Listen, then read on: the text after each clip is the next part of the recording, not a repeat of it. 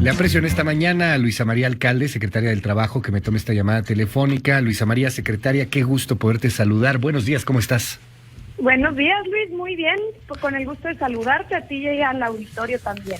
Oye, pues varios temas que están sobre la mesa. Primero, pues enhorabuena, incremento 20% al salario mínimo. Cuéntanos un poco al respecto del tema, cómo fue el acuerdo, cómo se logró ahí la concreción con la iniciativa privada. Y bueno, pues también mencionar la misma Secretaría de Hacienda, a través de Arturo Herrera, pues ha mencionado que esto no tendrá impacto ni en generación de empleo, ni mucho menos en inflación. Cuéntanos, Luisa María.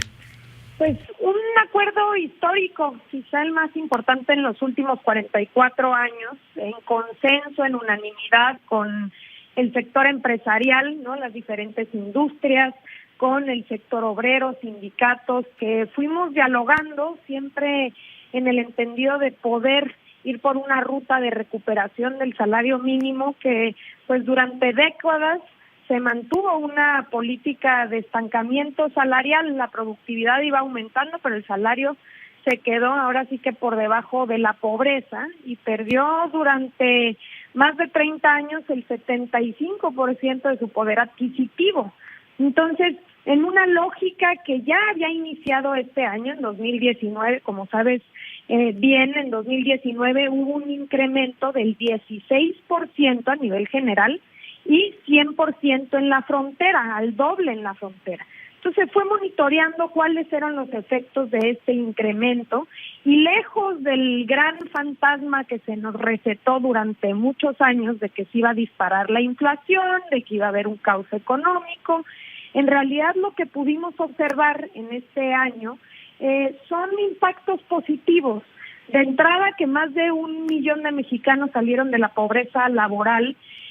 Tuvo un impacto también en el salario promedio que aumentó más de 4%, es decir, no nada más ayudó a las familias y a los trabajadores que ganan salario mínimo, sino tuvo un impacto positivo en el salario promedio de los trabajadores inscritos en el Seguro Social y también ayudó a activar, digamos, al tener mayor posibilidad de consumo, pues entonces se activan las ventas, hubo mayor cantidad de ventas minoristas, las propias tiendas departamentales registraron en noviembre un incremento del 10%, es decir, ayuda a activar la economía local. Entonces yo creo que lo relevante de este asunto es entender que el salario mínimo pues había quedado tan bajo que ni siquiera la persona que trabajaba podía alcanzar la línea de bienestar. Claro. Ahora ya rebasamos esa línea establecida por el Coneval,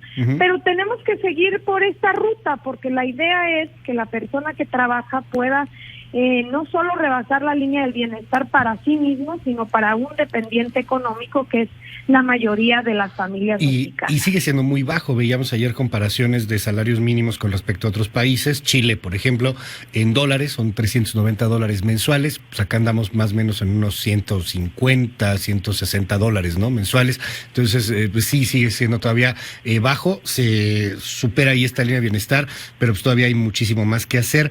Dime algo, Luisa María, al respecto de todo este asunto, secretaria.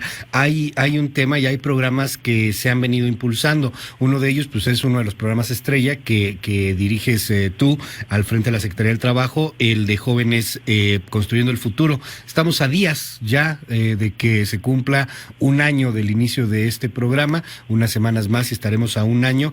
¿Cómo viene la evaluación? Hay quien está apostando a que muchas empresas no están recontratando, no van a contratar a estos jóvenes. ¿Qué nos dice sobre el programa? Yo creo que ha sido un programa muy exitoso, creo que ha sido toda una hazaña que hemos construido también de la mano, sobre todo el sector privado. Iniciamos a partir del 10 de enero de este año a construir la red de tutores, empezando por las empresas más grandes, medianas, pequeñitas, comercios, talleres, que fueran, digamos, involucrándose y comprometiéndose a recibir aprendices. Hubo muchísimo interés por parte de los jóvenes, cosa que demuestra que hay muchísimos jóvenes en nuestro país que no estudian y no trabajan, no porque no quieran, tienen ganas, están en búsqueda de empleo, quieren capacitarse, pero no han encontrado alternativas o les piden experiencia laboral.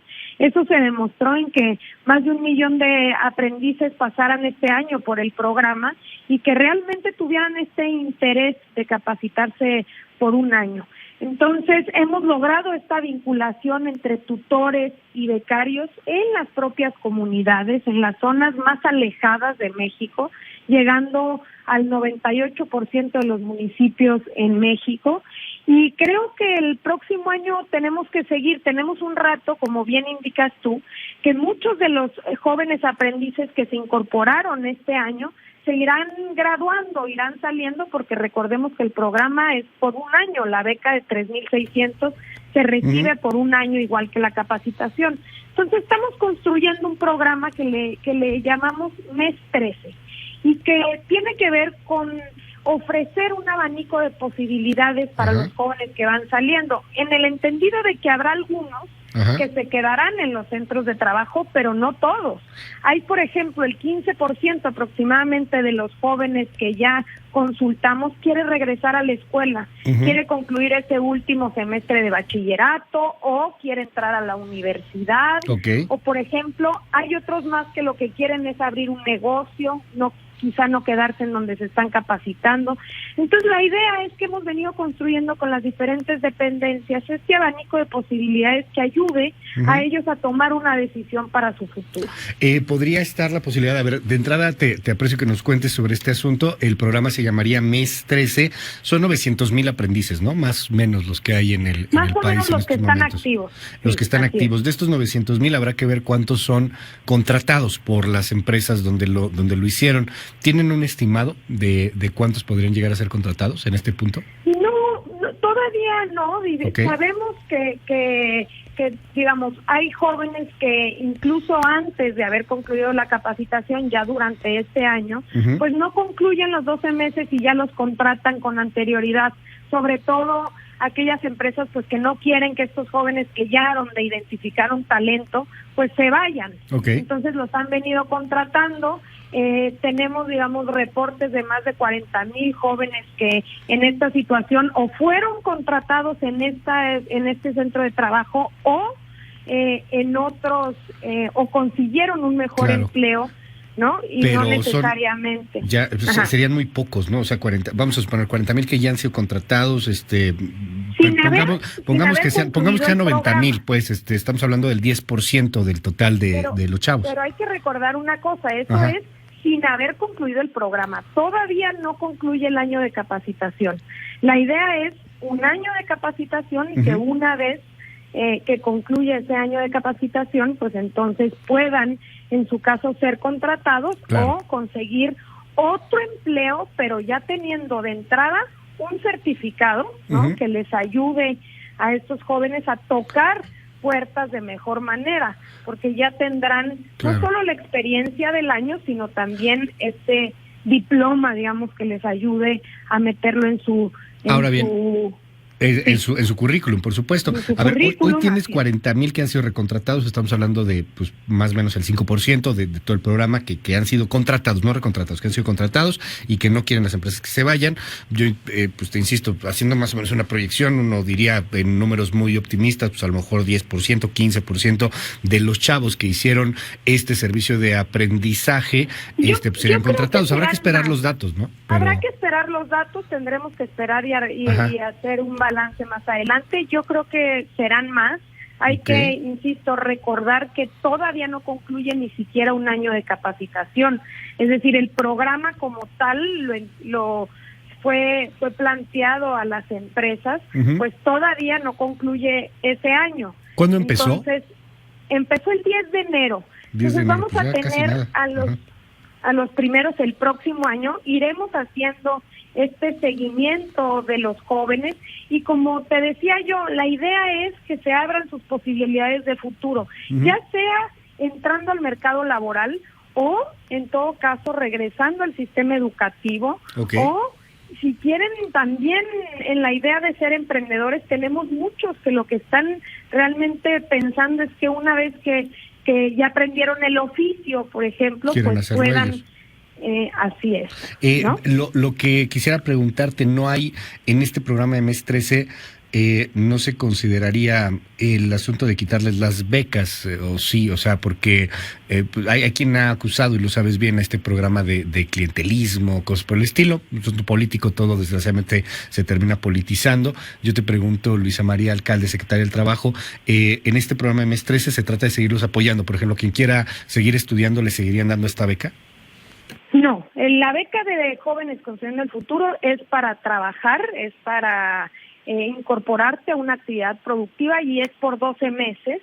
Y la idea es que en el proyecto de Mes 13 más bien es como hay todo un espacio de información a través del cual nosotros podamos guiarlos, ya sea a que estudien, si así lo quieren hacer. Por ejemplo, si entran a alguna de las 100 universidades nuevas que se crearon, pues entonces sí habría una beca, pero ya en otro programa que se llama Jóvenes Escribiendo el Futuro. O, por ejemplo, en el INAE, si lo que se quiere hacer son cooperativas, bueno, pues ahí hay cierto tipo de apoyos para capital semilla. Es decir, pero ya entras en otros programas y, digamos, te gradúas del programa Jóvenes Construyendo el Futuro. Y te vas a Jóvenes Escribiendo el Futuro. ¿Cómo sería ese? Por ejemplo, se crearon 100 nuevas universidades en diferentes regiones del país y los jóvenes están obteniendo 2,400 pesos por estudiar en la universidad. Esa puede ser una de las varias posibilidades que queremos ofrecer en especie como de menú de opciones, un poco para que con anticipación a su salida vayan pensando qué quieren y vayan viendo qué posibilidades. La más obvia es la bolsa de empleo. Es decir, si quieres buscar el trabajo, estas son las bolsas de empleo que existen, las bolsas de empleo público, las bolsas de empleo privado. Muchas veces lo que sucede, y lo hemos visto, es que hay mucha falta de información en esta posible intermediación que exista para conseguir empleo. Entonces, la idea es que podamos darles esas herramientas para que puedan hacer esa búsqueda de manera más exitosa. Y finalmente, secretaria Luisa María Alcalde, no quiero desaprovechar la oportunidad para preguntarte, ya tenemos un TEMEC, ahí está, bueno, ya se ratificó, faltan un par de cosas, pero prácticamente es un hecho, y se ha hablado mucho del tema del asunto de trabajo, de los inspectores laborales, ya se aclaró que no son inspectores, etcétera, pero lo que sí es que para una vez que esté ratificado y ya vigente, positivo, pues el TEMEC, vamos a tener ya ahora un asunto de controversias a través de paneles. Va a ser un asunto sumamente complejo de agilización en cuanto a la resolución de conflictos ya en materia pues internacional, y pues hay ahí todavía algunos temas que están pendientes. Te escuchaba hablar algo, por ejemplo, sobre las libertades sindicales, que todavía está ahí un tanto pendiente, de reticencia de algunos sindicatos a poder entrar a estos nuevos esquemas. ¿Cómo ves el ambiente? ¿Cómo crees que estemos preparados pues para lo que se viene? ¿Lo estamos? Mira, yo creo que sí, yo creo que ya tenemos una reforma laboral que es clara y que establece plazos, y que esos plazos pues son obligatorios, hay que cumplirlos. Si bien hay algunos sindicatos locales que todavía no cambian sus estatutos, bueno, tienen todavía hasta abril, digamos, hasta el 1 de mayo para hacerlo. La cosa es que nosotros sí estamos, pues sobre todo difundiendo, capacitando para que no se esperen al final, sino que lo puedan hacer con tiempo. Y vamos bien, en general llevamos un avance muy importante en los sindicatos a nivel federal. Todavía hay que empujar en los sindicatos a nivel estatal, pero sí se ha venido avanzando. Son herramientas en la reforma históricas que permiten de entrada acabar con los contratos de protección que históricamente se firmaban a espaldas de los trabajadores. Hoy todos los contratos pasarán por un proceso de consulta, de legitimación para los trabajadores para saber si están de acuerdo o no con los contenidos de los contratos. Y también se establecen como mecanismos muy claros a futuro. Para poder firmar un contrato colectivo tendrás que garantizar que tienes una representatividad real como sindicato. Acabaremos con los chantajes, entonces también que todos sabemos que existen, por ejemplo, mucho en la industria de la construcción, donde no pones una piedra y ya está la extorsión y el chantaje. Claro. Entonces, es realmente un modelo nuevo, modernizado, que entramos a la libertad y a la democracia en el mundo del trabajo, que no lo habíamos tenido, al contrario. Esto tiene que ver justo también con la política de retención y de contención salarial. Se prometía también que no iba a haber organización, que no iba a haber incremento salarial, que no iba a haber problema alguno. Entonces hoy entramos en un nuevo esquema y tenemos herramientas para hacerlo cumplir. Como tú sabes ahora en el tratado comercial, pues no nada más va a importar lo comercial, también va a importar lo laboral y lo social. Este fue un tema que se quedó, ahora sí que se hizo a un lado en el TLC, hoy forma parte del tratado y yo creo que eso es en beneficio de los tres países. Hay que, obviamente tenemos que seguir con una coordinación muy cercana para la buena implementación de la reforma, pero vamos muy bien, lo vamos a hacer en 3 etapas. Ya tenemos presupuesto para la primera etapa que iniciará el 1 de octubre del próximo año. Estaremos atentos. Gracias, Luisa María Alcalde, secretaria del Trabajo, por tomarles la comunicación y estamos al habla. Un abrazo, Luis, que estés muy bien. Va de vuelta. Gracias, Luisa María. Pausa, 8:06.